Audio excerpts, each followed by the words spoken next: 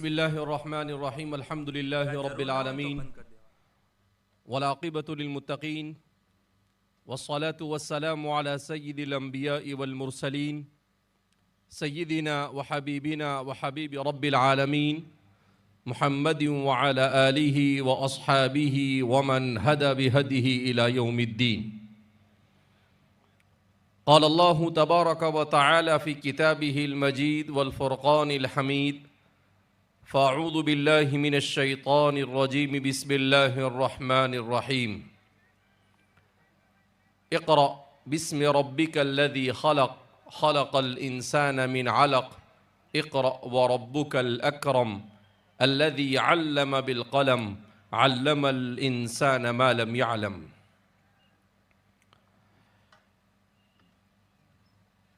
برادران اسلام اور پالنپور علاقے سے تعلق رکھنے والے ہمارے علماء کرام، نوجوانان ملت،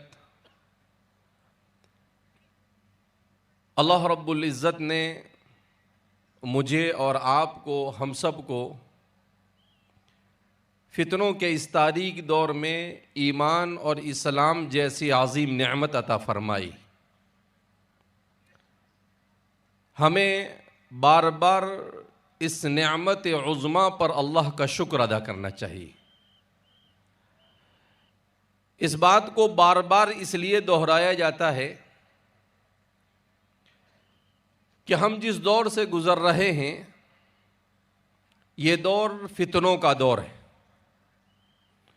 اور ہر جگہ پر مادیت کا دورہ ہے. دنیا میں انسان چاہے مسلمان ہو، چاہے کسی بھی مذہب سے تعلق رکھتا ہو، اس کی زندگی کا ایک ہی مقصد رہ گیا ہے اور وہ یہ ہے کہ وہ کیسے پیسہ کمائے، کیسے جیب بھرے اور کیسے پیٹ بھرے. حضرت مولانا یوسف صاحب بن نوری نور اللہ مرقدہ کا ایک مضمون ایک زمانے پہلے میں نے پڑھا تھا. اس میں حضرت نے ٹائٹل دیا تھا فتنہ جیب فتنہ پیٹ. اور پھر اللہ کے رسول صلی اللہ علیہ وسلم کی ایک حدیث سمجھائی جس میں نبی کریم صلی اللہ علیہ وسلم نے ہمارے اس زمانے کی منظر کشی کی.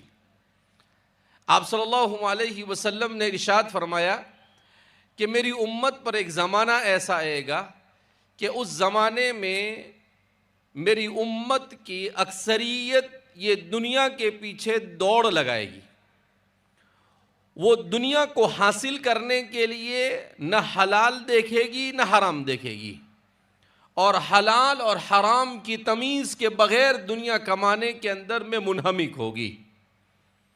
دوسرا، نبی کریم صلی اللہ علیہ وسلم نے ایک اور موقع پر ارشاد فرمایا کہ اس امت پر قیامت سے پہلے ایک دور ایسا آئے گا کہ لوگوں کو صرف کھانے کی پڑی ہوگی.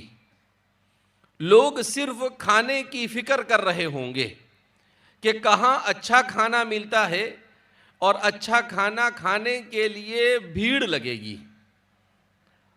جب ہم نبی کریم صلی اللہ علیہ وسلم کے ان فرامین کو سنتے ہیں اور ہمارے معاشرے پر نظر کرتے ہیں تو واقعتاً ہمیں ایسا محسوس ہوتا ہے جیسے رسول اللہ صلی اللہ علیہ وسلم نے اپنی آنکھوں سے اس منظر کو دیکھا ہو اور آپ نے بیان کیا ہو. ابھی 2 سال پہلے میں دلی گیا تو دہلی میں جامع مسجد جمعہ کا دن تھا تو ہم نے کہا کہ بھئی دہلی آئے ہیں تو جامع مسجد میں نماز پڑھ لیتے ہیں. تو جامع مسجد میں نماز کے لیے گئے. جب نماز پڑھ کر باہر آئے تو 15-20 سال پہلے کا دہلی مجھے یاد آیا. تو میں نے کہا کہ دلی میں مسجد کے قریب جامع مسجد کا جو اردو بازار ہے وہاں پر کتابوں کی دکانیں ہیں، تو دیکھیں گے کوئی اچھی کتابیں آئی ہے تو کتابیں خرید لیں گے.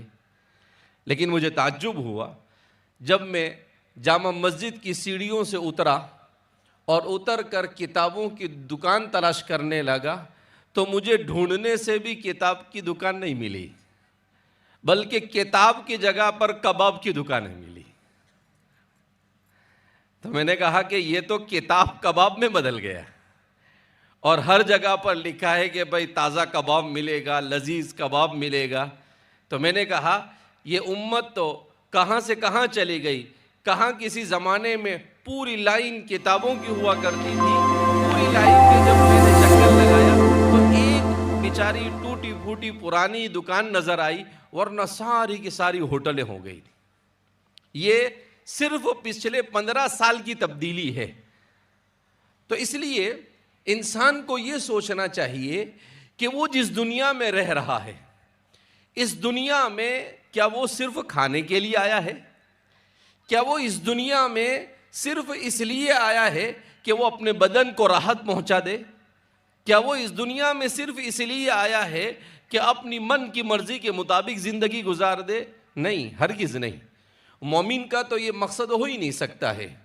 ابھی سفر کے دوران میں ایک عربی کی کتاب پڑھ رہا تھا، اس کتاب میں مصنف نے کتاب کا عنوان ہی لگایا تھا حل نطقتہا حقا، کہ کیا کلمہ شہادت کو آپ نے دل سے پڑھا ہے یا نہیں پڑھا ہے۔ 400 صفحے کی عربی میں کتاب، اس کتاب کو تقریباً احمد آباد سے نکلے تو میں سفر کے دوران پڑھتا رہا، تقریباً آدھی کتاب میں نے پڑھی۔ تو اس کتاب میں ہمارے حالات کی منظر کشی کی گئی۔ انہوں نے کہا کہ ہم نے کلمہ تو پڑھ لیا اپنی زبان سے، لا الہ الا اللہ محمد الرسول اللہ، مگر کبھی ہم نے یہ غور کیا کہ یہ کلمہ ہم نے دل سے پڑھا ہے یا زبان سے پڑھا ہے۔ اگر ہم نے اس کلمے کو دل سے پڑھا ہے تو ہماری کیفیت کچھ اور ہونی چاہیے، اور اگر ہم اس کلمے کو صرف زبان سے پڑھ رہے ہیں تو ہماری کیفیت وہی ہے جس کیفیت میں ہم مبتلا ہیں۔ اس میں انہوں نے ہمارے زمانے کی بیماریوں کو پکڑ پکڑ کر اس میں ذکر کیا کہ آج صورتحال کیا ہے کہ ایک بڑا طبقہ مسلمانوں کا ایسا ہے جو کلمہ شہادت اور کلمہ توحید تو پڑھتا ہے، مگر وہ صرف زبان سے اسے ایسے ادا کرتا ہے جیسے طوطا اپنی زبان سے ادا کرتا ہے، اسے کچھ پتہ نہیں کہ وہ کیا بول رہا ہے اور کیا نہیں بول رہا ہے۔ کیوں؟ اس لیے کہ اگر اس کلمے کو ہم نے دل سے پڑھا ہوتا تو فرماتے ہیں کہ ہماری کیفیت وہ ہوتی جو صحابہ کی کیفیت تھی۔ ہماری کیفیت وہ ہوتی جو کس کی کیفیت تھی؟ صحابہ کی کیفیت تھی، کہ اس کلمے کو پڑھنے کے بعد ان کی زندگی میں انقلاب برپا ہوتا تھا۔ ہم اگرچہ اس کلمے کو پڑھتے ہیں، ہمارا ظاہر اگرچہ کچھ ٹھیک ٹھاک ہو جاتا ہے، مگر اس کلمے کا مقصد صرف ظاہر کو ٹھیک ٹھاک کرنا نہیں، اس کلمے کا مقصد ہے پوری انسانیت کے اندر میں اللہ کی عبودیت کو عام کرنا، اور انسان ہر کام کو صرف اور صرف اس لیے کرے کہ خالق اور مالک کو راضی کرے۔ مگر آج اگر ہم اپنی نماز پر بھی نظر کرتے ہیں تو ہم دیکھتے ہیں کہ ہماری نماز میں بھی گویا کہ ریاکاری ہے، ہماری تقریر میں بھی ریاکاری ہے، ہماری ہر عبادت میں ہمیں ریاکاری نظر آتی ہے۔ کیوں؟ اس لیے کہ ہم نماز تو پڑھتے ہیں، مگر ہم کیسی نماز پڑھتے ہیں؟ کَنُقْرَةِ الْغُرَابِ، ایسی نماز پڑھتے ہیں جیسے کوا چونچ مارتا ہے۔ اللہ کے رسول صلی اللہ علیہ وسلم ایک روایت میں ہے کہ اللہ کے رسول صلی اللہ علیہ وسلم تشریف فرما ہے، ایک صحابی آئے، بیچارے نئے نئے سب اسلام میں داخل ہوئے تھے اور جلدی جلدی نماز پڑھنے لگے۔ تو آپ صلی اللہ علیہ وسلم نے کہا ارجع فصلی فإنک لم تصلی، جاؤ واپس وضو کرو، نماز پڑھو، اس لیے کہ تمہاری نماز نہیں ہوئی۔ وہ صحابی تھے، 2 بار 3 بار ایسا ہوا۔ اس روایت کو باقاعدہ ہمارے محدثین نے مسیء فی الصلاۃ کا لقب دیا ہے۔ بعض روایتیں ایسی ہے جس کا لقب دیا جاتا ہے کہ نماز میں کوتاہی کرنے والی روایت۔ تو وہ صحابی جب 2-3 بار ہو گیا تو پھر آپ صلی اللہ علیہ وسلم سے وہ پوچھنے لگے اللہ کے رسول صلی اللہ علیہ وسلم آخر میری نماز میں کمی کیا ہے، مشہور ہے۔ تو آپ صلی اللہ علیہ وسلم نے کہا کہ نماز کو اطمینان کے ساتھ پڑھنا چاہیے، نماز کو جلدی جلدی نہیں پڑھنا چاہیے۔ تو پھر آپ صلی اللہ علیہ وسلم نے انہیں نماز پڑھ کر بتائی۔ اب آپ صلی اللہ علیہ وسلم کی نماز کیسی ہوتی تھی اور ہم اپنی نماز کا جائزہ لیں۔ آپ کی نماز کیسی ہوتی تھی؟ حضرات صحابہ نے بیان کیا، کان رکوعہ قریبا من قیامہ، جب آپ قیام کرتے تھے تو آپ بہترین قرات کرتے تھے۔ حضرات صحابہ فرماتے ہیں کہ رسول اللہ صلی اللہ علیہ وسلم کی قراءت کو جب ہم سنتے تھے تو ہم اس دنیا سے ایسا لگتا تھا غائب ہو جاتے تھے، ہمارے اوپر ایسی کیفیت طاری ہوتی تھی۔ اللہ اکبر۔ اب ظاہر سی بات ہے، جس ذات پر وحی کا نزول ہو رہا ہے وہ ذات جب قرآن کریم کی تلاوت کر رہی ہوگی، ہم شیخ عبد الباسط جیسے قاریوں کی قراءت کو پڑھ کر جھوم جاتے ہیں، تو صحابہ پر رسول اللہ کی قراءت کا کیا اثر ہوتا ہوگا؟ ایک صحابی فرماتے ہیں، میں نے اللہ کے رسول صلی اللہ علیہ وسلم کے پیچھے فجر کی نماز پڑھی تو آپ صلی اللہ علیہ وسلم نے جب پڑھنا شروع کیا تو مجھے ایسا لگا کہ میرا اس دنیا سے کوئی تعلق نہیں۔ تو ایک تو نماز، اچھا حضور کی نماز کیسی ہوتی تھی؟ آپ صلی اللہ علیہ وسلم کی نماز کو بیان کیا، کان رکوعہ قریبا من قیامہ، جتنی دیر آپ قیام کرتے تھے، سورہ فاتحہ پڑھتے تھے اور ضم سورت کرتے تھے، اتنا ہی تقریباً آپ کا رکوع ہوتا تھا۔ اور ہمارا رکوع کیسا ہوتا ہے؟ سبحان اللہ العظیم، سبحان اللہ العظیم، سبحان اللہ العظیم، یعنی شاید 1 سیکنڈ 2 سیکنڈ کے اندر تو ہمارا رکوع ختم ہو جاتا ہے۔ شاید موسی فی الصلاۃ، اگر اللہ کے رسول صلی اللہ علیہ وسلم ہماری نماز کو دیکھ لے تو یہ تو نماز ہی نہیں ہے۔ اسی لیے سیدنا حضرت ابو ہریرہ رضی اللہ تعالیٰ عنہ کی ایک روایت ہے کہ بعض لوگ نماز پڑھیں گے 60 70 سال تک نماز پڑھیں گے، مگر جب اللہ کے سامنے حاضر ہوں گے تو ان کی ساری نمازوں کو ان کے منہ پر دے مارا جائے گا، لا تقبل منہا واحدہ، 70 سال میں ایک نماز بھی اللہ کے یہاں قبول نہیں ہوئی ہوگی۔ کہا کیا وجہ؟ حضرت ابو ہریرہ فرماتے ہیں ہم نے پوچھا اللہ کے رسول صلی اللہ علیہ وسلم اس کی وجہ کیا؟ کہا لا یتم رکوعہا ولا سجودہا، نہ تو رکوع سیدھا کیا ہوگا نہ سجدہ سیدھا کیا ہوگا۔ میں ایک مرتبہ رمضان المبارک کے مہینے میں ایک صاحب نے فون کیا، کہا کہ مولانا یہ تراویح اتنا فاسٹ پڑھتے ہیں، کیا نماز ہو جاتی ہے لوگوں کی؟ میں نے کہا کیا ہوا آپ کے ساتھ قصہ؟ تو صاحب فون پر کہنے لگے کہ یہاں پر ہمارے شہر میں ایک جگہ پر تراویح ہوتی ہے، تو اس تراویح میں یہ ہوتا ہے کہ 10 منٹ میں امام صاحب 20 رکعت پڑھا کے مصلیوں کو مسجد کے باہر پھینک دیتے ہیں۔ مجھے تعجب ہوا کہ 10 منٹ میں 20 رکعت پڑھا کر مسجد کے باہر پھینک دینا کیا مطلب ہوتا ہے اس کا؟ کہا کہ مولوی صاحب عجیب و غریب نماز ہوتی ہے۔ میں نے کہا اچھا، میں نے کہا ایسا تو نہیں ہو سکتا ہے، 10 منٹ میں 20 رکعت تو غیر معقول ہے، سمجھ میں نہیں آتی ہے۔ اچھا وہ آدمی بڑا ہوشیار نکلا، اس نے کہا کہ مولانا ایک کام کرتا ہوں، میں کل آپ کو تراویح ریکارڈ کر کے بھیجتا ہوں۔ اس نے کیا کیا، دوسرے دن تراویح ریکارڈ کروایا کسی کے پاس اور مجھے بھیجا، تو واقعتاً 10 منٹ تو زیادہ کہا اس نے، 9 ساڑھے 9 منٹ میں 20 رکعت پوری۔ اچھا قرآن کیسا پڑھ رہے تھے پڑھنے والے؟ صرف الحمد سمجھ میں آتا تھا اور ضالین سمجھ میں، الحمدللہ ضالین، ختم بات۔ تو پھر اس نے کہا کہ مولانا نماز کا کیا حکم ہے؟ میں نے کہا ابھی یہ جیسی نماز پڑھا رہے ہیں یہ نماز تو ہوگی نہیں، نماز ہوئی نہیں۔ تو پھر وہ مجھے کیا کہنے لگے کہ مولوی صاحب 25 سال سے لوگ ایسی تراویح پڑھ رہے ہیں، اور آپ کو تعجب ہوا گا کہ پورے شہر میں سب سے زیادہ مصلی اسی مسجد میں ہوتے ہیں۔ میں نے کہا 25 سال میں ایک کی بھی نماز نہیں ہوئی۔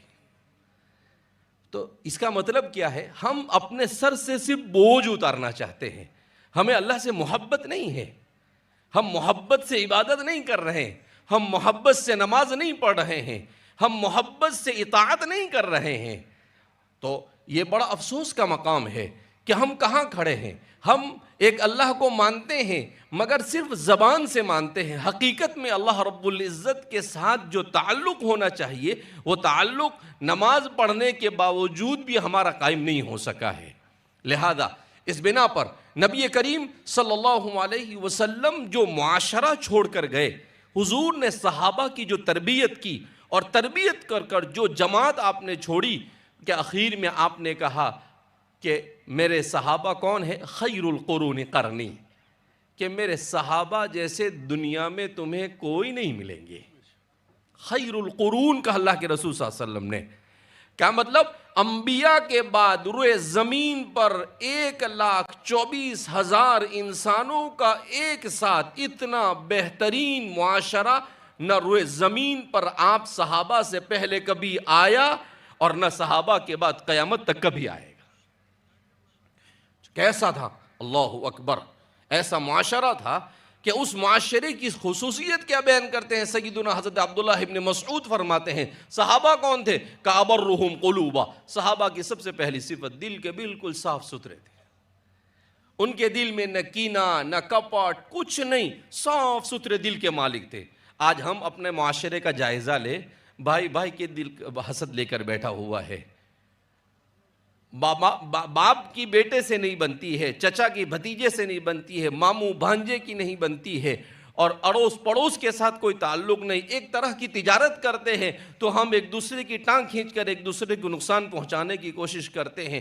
جہاں دیکھو ہم لوگ، ہمارے دل حسد کینہ اور کپٹ سے بھرے ہوئے ہیں. تو ظاہر سی بات ہے کہ پھر ہمارے معاشرے کے اندر میں محبت کہاں سے آئے گی؟ کَأَبَرُّهُمْ قُلُوبًا. صحابہ کے دل بالکل صاف تھے. وَأَعْمَقُهُمْ عِلْمًا. علم کے گہرے تھے، پوری شریعت سے بہت اچھی طرح واقف تھے. اور آخر میں بین کا وَأَقَلُّهُمْ تَكَلُّفًا. اور ان کی زندگیوں میں تکلف نہیں تھا.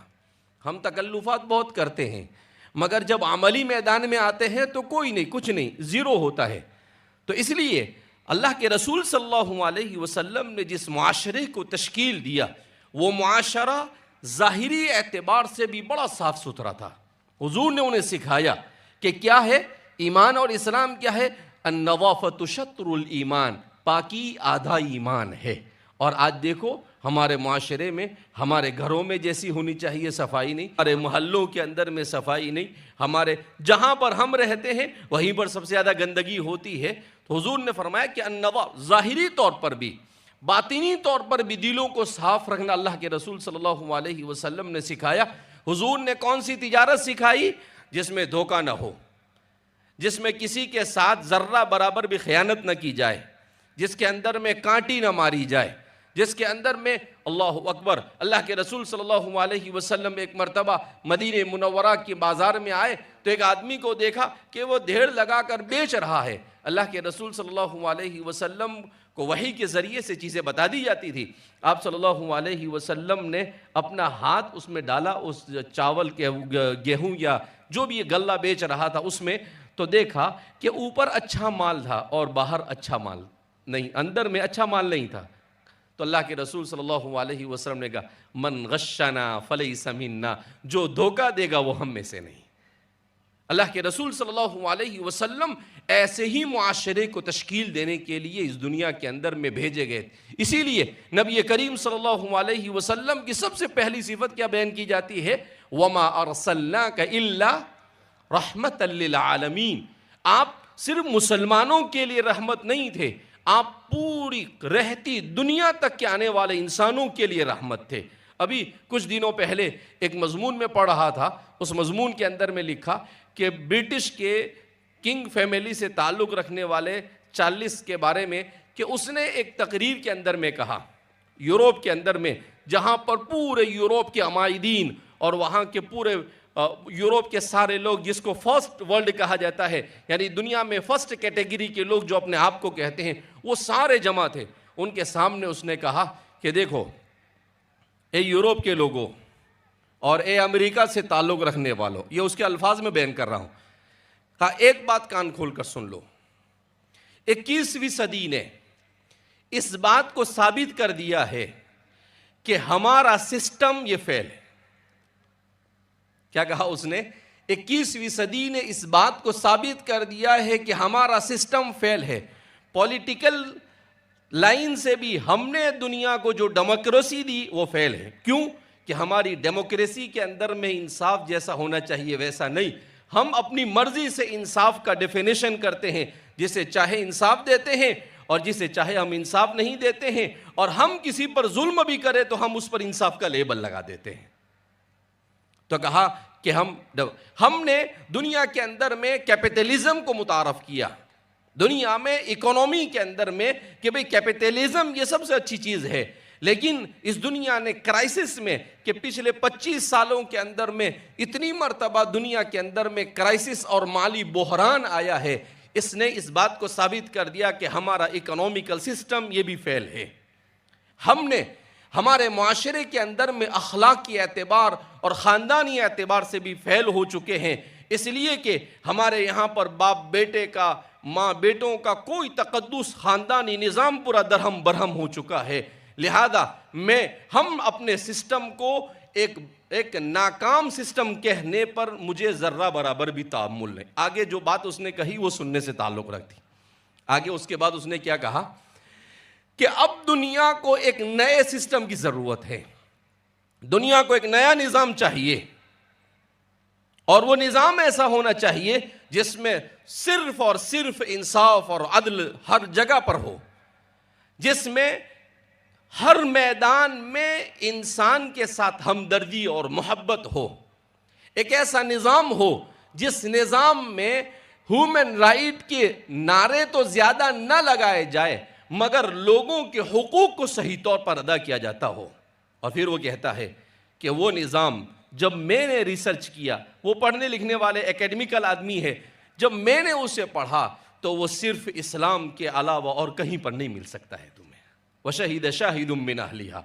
اور اس کے بعد اس نے کہا مگر میں یہ بات کہوں گا کہ اگر آپ کو اسلام کو صحیح طور پر پڑھنا ہے تو آپ اسلام کو براہ راست قرآن اور حدیث سے پڑھو یا ان کے معتبر علماء سے پڑھو. جن انگریزوں نے اور جن یوروپی لوگوں نے اسلام کے بارے میں لکھا ہے اس کی طرف بالکل توجہ نہ دو، اس لیے کہ انہوں نے اسلام کا غلط تعارف دنیا کے سامنے کروایا ہے. ایک بات یہ.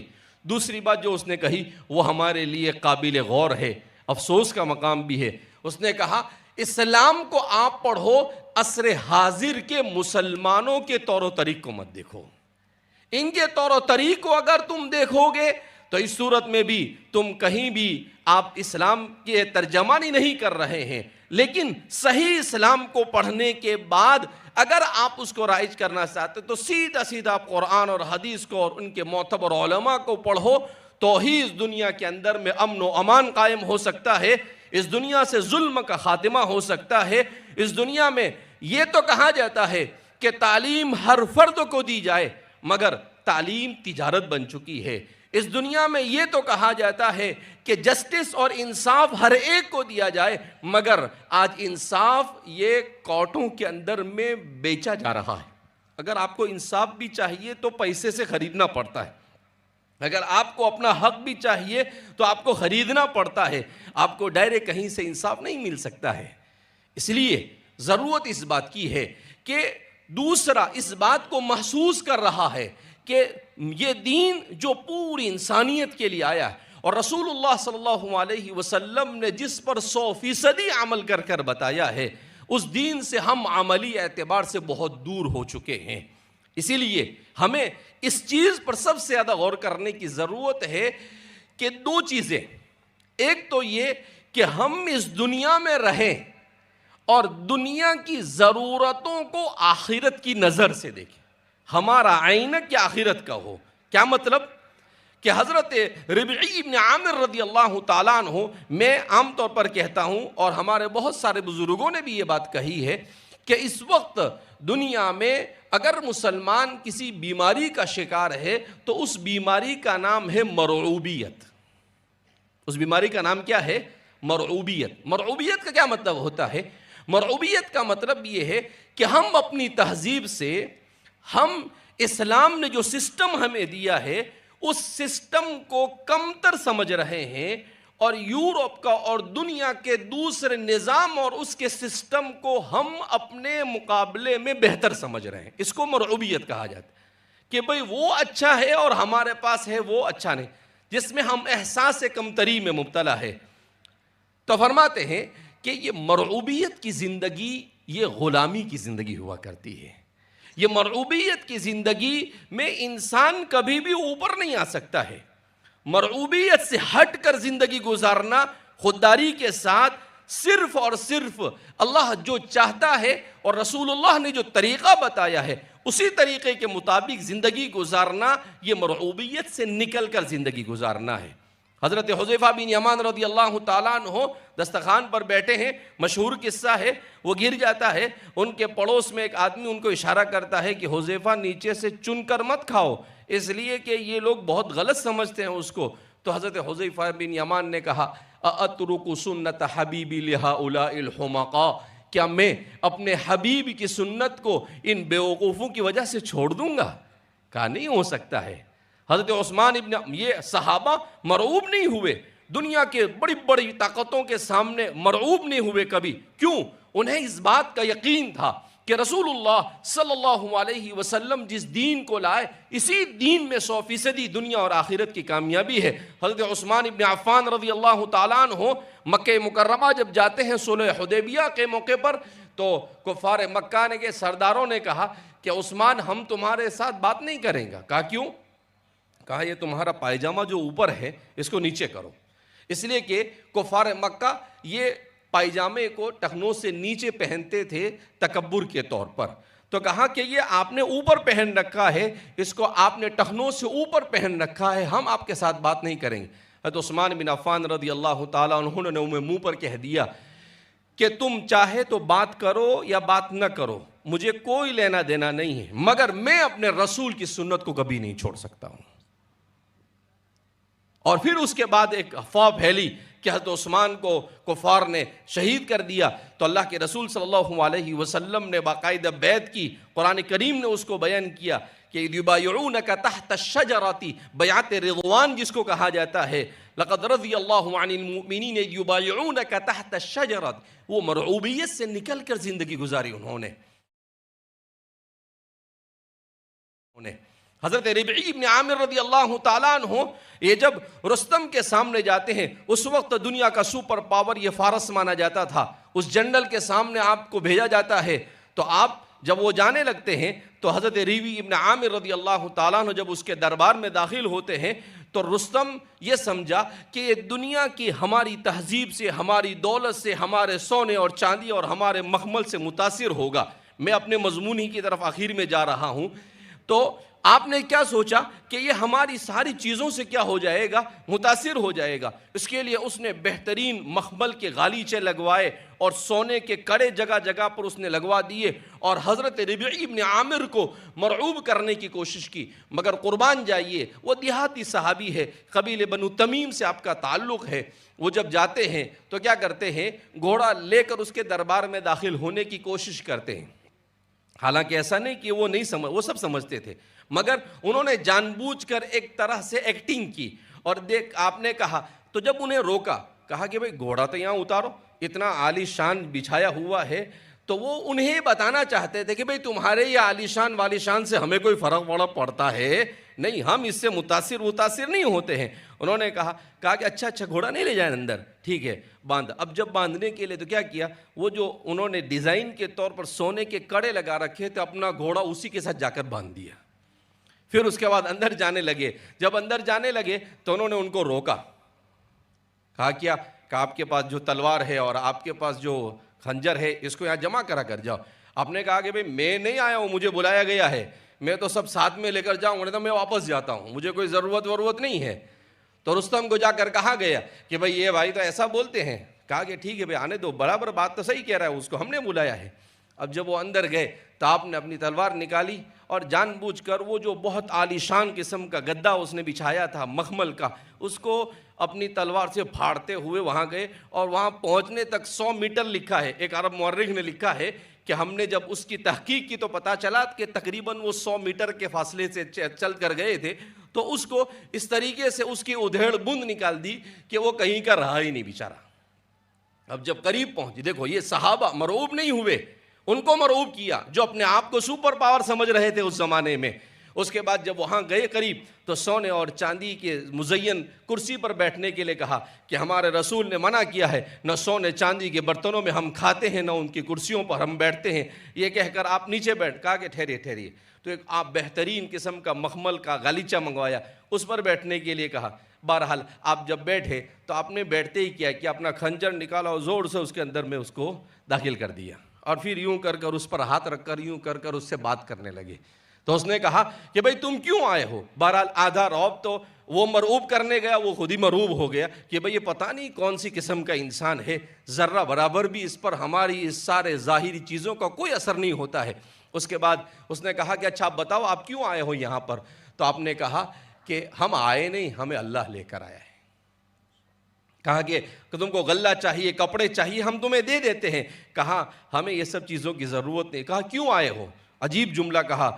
مورخین نے لکھا ہے کہ ربیع ابن عامر جیسے دیہاتی صحابی اگرچہ اپنے قبیلے کے سردار تھے، مگر انہوں نے وہ جملے کہے اور تاریخ قیامت تک کہ اس کو اپنے سینے پر رقم کر دیتی ہے۔ انہوں نے کیا کہا؟ جئنا لنخرج العباد من عبادت العباد الى عبادت الواحد القہار۔ کہا ہم آئے ہیں تاکہ بندوں کو بندوں کی بندگی سے نکال کر ایک اللہ کی بندگی کی طرف نکالا جائے۔ ایسا جملہ کہا، تاریخی جملہ کہا جاتا ہے اس کو۔ صاحب البدایہ والنہایہ امام ابن کثیر بھی جھوم اٹھتے ہیں، کہتے ہیں کیسا جملہ کہا؟ لنخرج العباد من عبادت العباد الى عبادت الواحد القہار۔ کہا ایک اللہ کی عبادت کی طرف بلانے کے لیے آئے ہیں کہ یہ تو جو بادشاہ بن کر بیٹھا ہے اور دوسرے لوگوں کو اپنا غلام بنایا ہے، کہا ہم اس سے نکال کر ایک اللہ کی عبدیت کی طرف نکالنے کے لیے آئے۔ اس کے بعد دوسرا جملہ آپ اس سے بھاری کہتے ہیں وَمِن، اور دوسرا جملہ کیا کہا کہ اور ہم اس لیے آپ کے پاس آئے ہیں تاکہ لوگوں کو نکالے من جور الادیان الى عدل الاسلام، مذہب کے نام پر جو ظلم ہو رہا ہے اس ظلم اور بربریت سے نکال کر اسلام کے عدل کے سائے میں کھڑا کرنے کے لیے آئے۔ کہا ہمارے یہاں پر ایک ہی صف میں کھڑا ہو گیا محمود و ایاز، نہ کوئی بندہ رہا نہ کوئی بندہ نواز۔ کہا ہمارے یہاں اونچ نیچ کچھ نہیں ہوگا۔ محمود و ایاز ہم پڑھتے ہیں نا شعر میں، تو وہ کیا ہے؟ وہ ہندوستان میں ایک زمانے کے بادشاہ تھے اور ایک غلام تھے، وہ تھے محمود و ایاز۔ تو کہا بادشاہ بھی وہیں کھڑا اور غلام بھی وہیں کھڑا ہو جائے گا، ہمارے یہاں پر اونچ نیچ کچھ نہیں ہوگی۔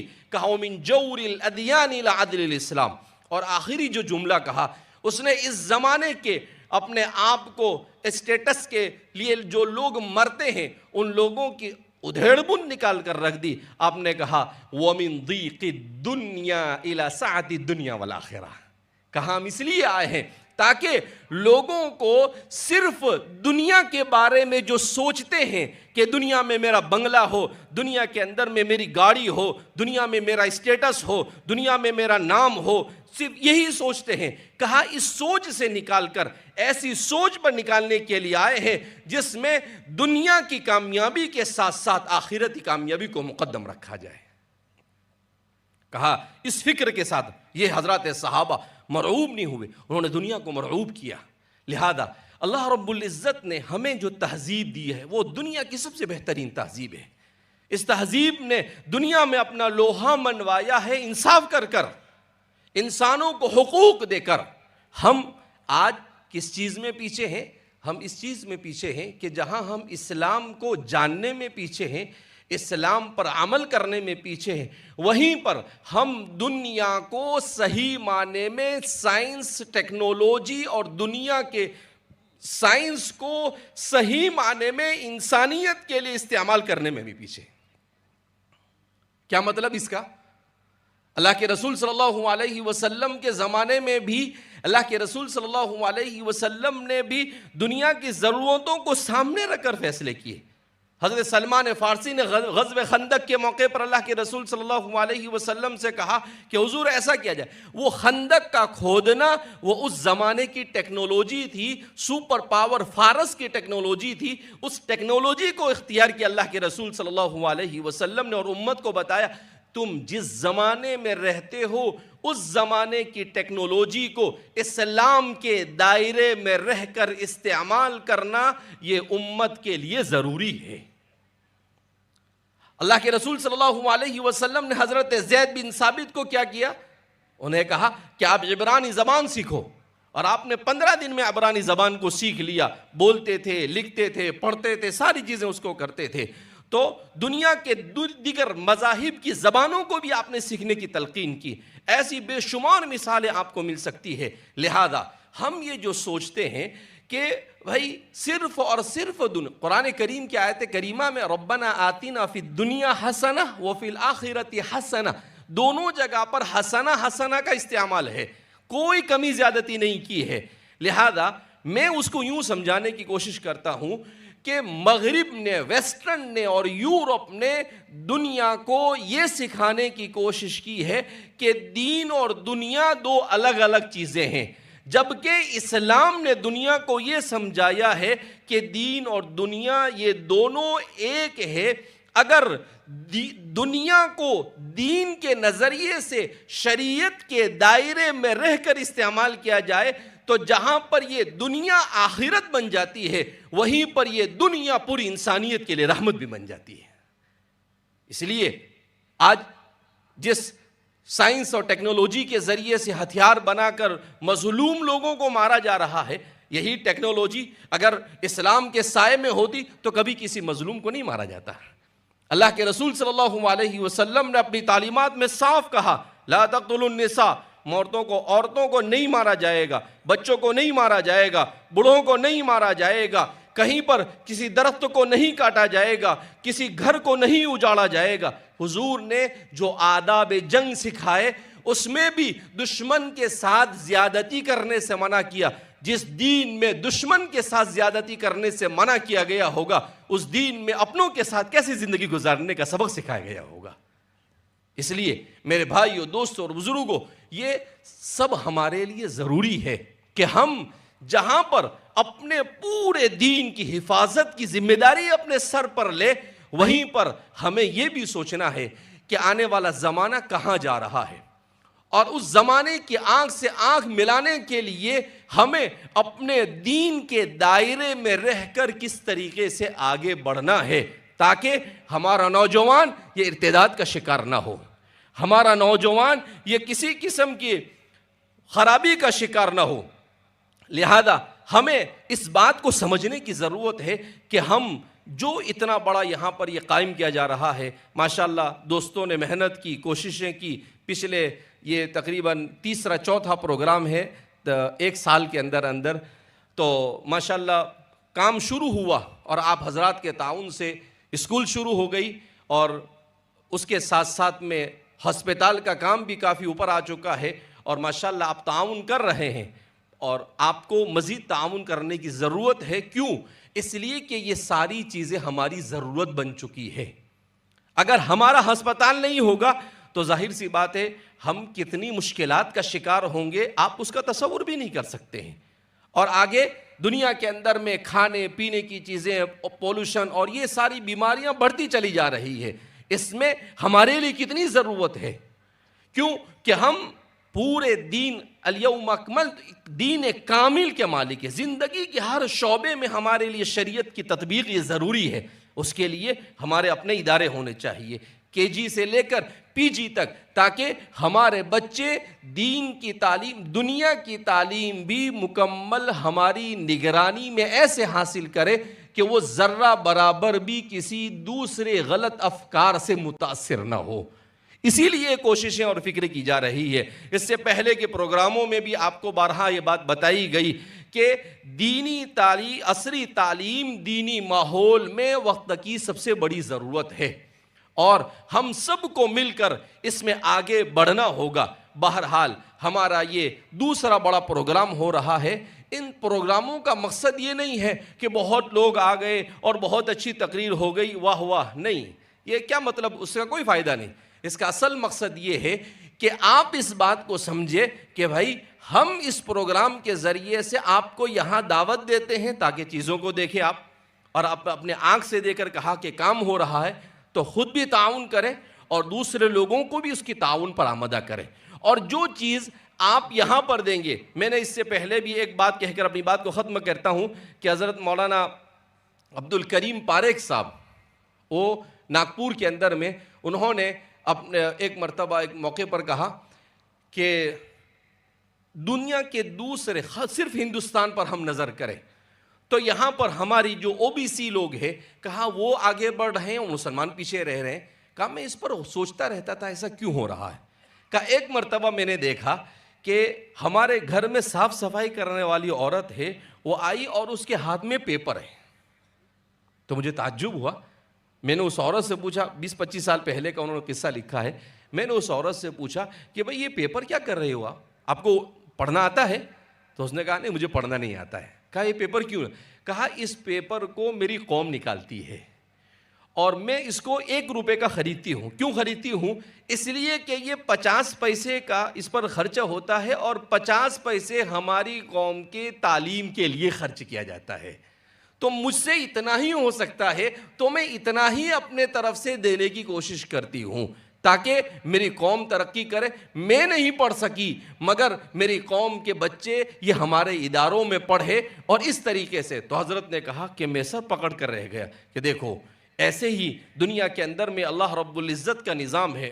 وما ربک بظلام، اللہ کسی پر ظلم نہیں کرتا ہے. لہذا اس بنا پر آپ نے جس جوش و خروش کے ساتھ ہمارے اس پروجیکٹ میں آج تک تعاون کیا ہے، آئندہ بھی آپ کو مکمل طور پر اسی طرح سے تعاون کو جاری رکھنا ہے. آپ کو اس سے پہلے بھی اسکیم بتائی گئی تھی کہ یہ پورا پروجیکٹ جو ہے وہ بہت آسانی سے ہو سکتا ہے. میں نے بتایا تھا آپ کو کہ بھئی ہمارے مومن برادری اور ہماری چیلیا برادری جو ہے، یہ برادری گٹکا، مسالہ اور تمباکو بہت کھاتی. میں ہر جگہ پر پچھلے کئی بیانوں میں آپ حضرات کی مثال بھی دی ماشاءاللہ کہ آپ حضرات نے کیسے ہماری اس اسکیم کو اڈاپٹ کیا اور تعاون شروع کیا.